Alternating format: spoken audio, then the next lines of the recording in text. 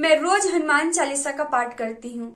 लेकिन जो हमारे आसपास के लोग हैं वे बोलते हैं कि बस इस वजह से ना हम छुप छुप कर पढ़ते थे, लेकिन धीरे धीरे जैसे जैसे नॉलेज बढ़ते गया, सब सुख लहाए तुम्हारी सरना,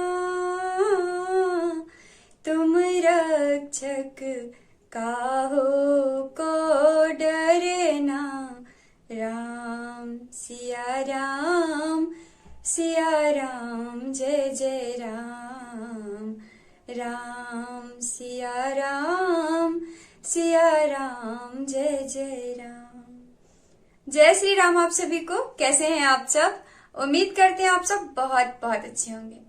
दोस्तों, आज का वीडियो ना बहुत बहुत इम्पोर्टेंट और इंटरेस्टिंग होने वाला है, क्योंकि आज हम इस वीडियो में हनुमान चालीसा से रिलेटेड कुछ इम्पोर्टेंट टॉपिक पे बात करने वाले हैं, जो कि सभी हनुमान भक्तों को जानना बहुत बहुत जरूरी है।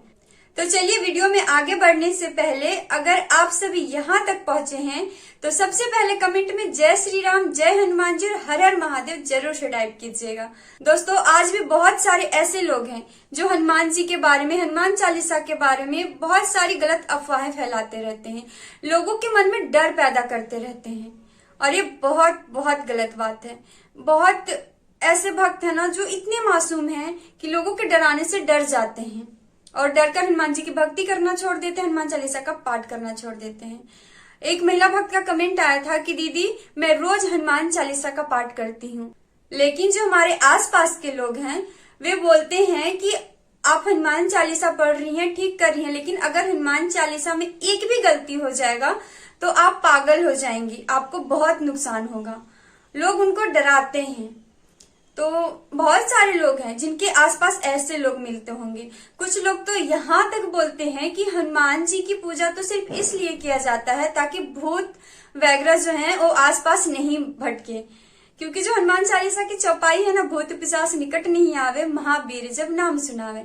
लोग बस इसी चौपाई को एक दो बार सुन लेते हैं, रट लेते हैं, और उन्हें लगता है कि नहीं, हनुमान जी की पूजा तो सिर्फ भूत भगाने के लिए किया जाता है। ऐसा नहीं है। हनुमान चालीसा में 40 चौपाई है और 40 चौपाइयों का अर्थ अलग अलग है।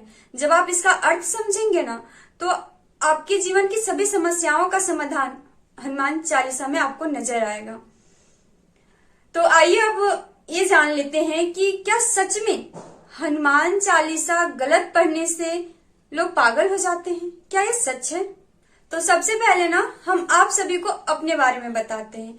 जब हम 8 साल के थे, ठीक से हमको पढ़ना नहीं आता था हनुमान चालीसा, उस टाइम से हम हनुमान चालीसा पढ़ रहे हैं।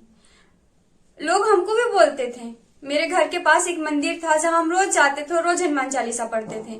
जब हम मंदिर जाते थे तो वहां कुछ लोग रहते थे और बोलते थे हमको कि तुम हनुमान जी को मत छुओ, तुम लड़की हो, तुम हनुमान चालीसा मत पढ़ो। लेकिन हम वहां बैठे रहते थे, देखते कि कोई नहीं है, मंदिर से सब चले गए हैं, उसके बाद हम हनुमान चालीसा पढ़ते और हनुमान जी को छूकर प्रणाम करते और घर आते थे। जब तक हम ऐसा नहीं करते थे हमको अच्छा लगता ही नहीं था, हम लोगों की बात पर ध्यान नहीं देते थे। हाँ, उस समय थोड़ा हमको नॉलेज नहीं था ना कि कैसे पढ़ा जाता है, इसके विधि और नियम क्या है, बस हम सिर्फ पढ़ते थे। तो थोड़ा डर रहता था कि नहीं कोई देख लेगा तो डांट न दे, बस इस वजह से ना हम छुप छुप कर पढ़ते थे। लेकिन धीरे धीरे जैसे जैसे नॉलेज बढ़ते गया, डर भी अपने आप खत्म हो गया। यहाँ तक कि जब मेरी शादी हुई उसके बाद भी लोग बोले कि नहीं, महिलाएं तो नहीं करती हनुमान जी की पूजा, लेकिन हम किसी की बात नहीं सुने। हमको एक ही चीज पता था कि बस एक बार हम उनके चरण में अपने आप को समर्पित कर दिए हैं तो अब उनका चरण हमसे नहीं छूट सकता है। भले प्राण छूट जाए प्रभु, बट आपका शरण ना छूटे, बस इतनी ही प्रार्थना उनसे रहती थी मेरी। और आज देखिए, आज लोग मेरी भक्ति का रिस्पेक्ट करते हैं। कहीं कोई ये सवाल नहीं मेरे से करता कि आप हनुमान जी की भक्ति क्यों कर रही हैं। हम आप सभी से बस इतना ही कहना चाहते हैं कि जब हम 8 साल के थे ना, तभी से हनुमान चालीसा पढ़ रहे हैं। उसमें हमको ठीक से पढ़ने नहीं आता था, लेकिन उस समय से लेकर अभी तक मेरे लाइफ में ऐसी कोई भी घटना नहीं घटी है प्रभु की कृपा से जिससे हम पागल हो जाएं या फिर जिससे मेरा बहुत बड़ा नुकसान हो जाए। ऐसी कोई घटना नहीं घटी। हाँ, छोटी मोटी परेशानी सबके लाइफ में आती है। हम जैसा पिछले जन्म में कर्म किए हैं हमको तो भुगतना ही भुगतना है, लेकिन जो सिचुएशन आता है ना उससे लड़ने की ताकत हमें प्रभु देते हैं। हमारे कर्म को प्योर करते हैं, हमारा मन शुद्ध करते हैं, हमारी वाणी को प्रभु शुद्ध करते हैं। अगर आप हनुमान चालीसा पढ़ेंगे ना तो आपकी वाणी ना बहुत क्लियर हो जाएगी, बहुत पावरफुल हो जाएगी और बहुत प्योर हो जाएंगी। जो लोग कॉन्फिडेंस फील नहीं करते किसी के सामने बोलने में, वे भी लोग बहुत अच्छे से बोल पाते हैं किसी के सामने। आप सभी हनुमान चालीसा पढ़कर देखिए, हनुमान जी के चरणों में अपने आप को समर्पित करके देखिए, आपको खुद ही बदलाव महसूस होगा। आप मन क्रम वचन से इतने प्योर और इतने स्ट्रांग हो जाएंगे ना कि दुनिया का कोई भी सिचुएशन आपको डगमगा नहीं सकता है, तोड़ नहीं सकता है, अगर आप सच्चे मन से प्रभु की भक्ति करेंगे तो। और हाँ, आप हनुमान जी की भक्ति करते हैं ना तो उन्हें ज्यादा से ज्यादा राम नाम जप के सुनाइए और हनुमान चालीसा के पाठ बिना डरे कीजिए। ठीक है, अगर थोड़ा बहुत मिस्टेक होता भी है पढ़ने में तो हम प्रभु के ही अंश है ना, प्रभु के सामने ही तो बैठ के पढ़ रहे हैं। जो भी गलती होगा वही सुधारेंगे, आप जानबूझकर तो गलती नहीं करेंगे। कोई भी भक्त होता है, कोई भी इंसान होता है, जानबूझकर गलती नहीं करता है। अगर अनजाने में कुछ गलती हो जा रहा है तो प्रभु सही करेंगे, प्रभु आपको बुद्धि देंगे कि हाँ आप इस चीज को कैसे कर सकते हो, कैसे सही तरीके से इस चीज को पढ़ सकते हो। धीरे धीरे धीरे धीरे आपको नॉलेज होते चला जाएगा। आप घबराएं बिल्कुल भी नहीं, लोगों की बातों पे ध्यान मत दीजिए।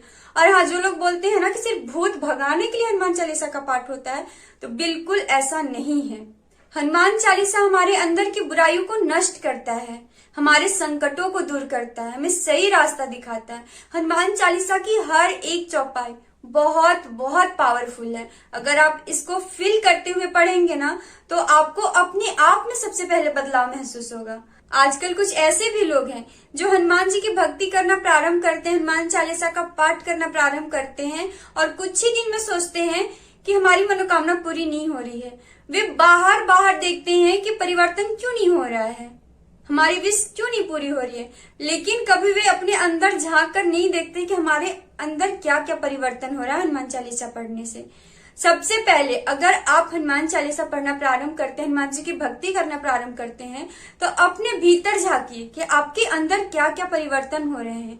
जब आपके अंदर परिवर्तन होगा ना, उसके बाद ही बाहरी परिवर्तन होगा, जो आपकी विश होगी वो पूरी होगी। जब तक आपके अंदर बदलाव नहीं होगा, जब तक आपको भगवान आपके विश के लायक नहीं बनाएंगे, तब तक आपकी विश पूरी नहीं होगी। हम सभी को ना बहुत बहुत खुश होना चाहिए कि प्रभु हमें अपनी भक्ति करने का मौका दिए। हम जैसे पापी नीच अधर्म लोग को अपने शरण में जगह दिए। न जाने हम सभी के कई पूर्व जन्म के पुण्य के कर्मों का फल है कि प्रभु हमें अपनी भक्ति करने का मौका दे रहे हैं। तो आप सभी ना इस मौके से मत चूकिए, प्रभु से प्रार्थना कीजिए कि प्रभु आप हमें अपनी भक्ति प्रदान कीजिए। जब तक के सांसें रहे तब तक हम आपकी भक्ति करते रहें।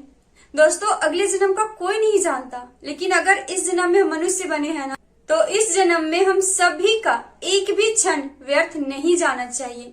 हमारे हर क्षण में हमारे प्रभु हो, हमारे हर श्वास में राम नाम का जप हो। बस यही हम सभी को कोशिश करना है, मन में डर नहीं रखना है।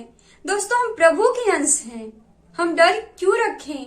हमें जैसी भक्ति आ रही है हम वैसे कर रहे हैं, लेकिन हाँ, अपने कर्म को शुद्ध रखना है, अपने कर्म को अच्छा रखना है, बुरे कर्म नहीं करने हैं, बुरे खान पान नहीं रखने हैं।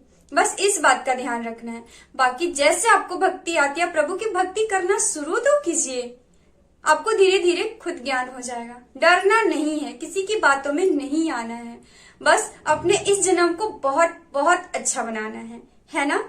तो चलिए आज का वीडियो यहीं तक, जल्द मिलते हैं एक और नए वीडियो के साथ।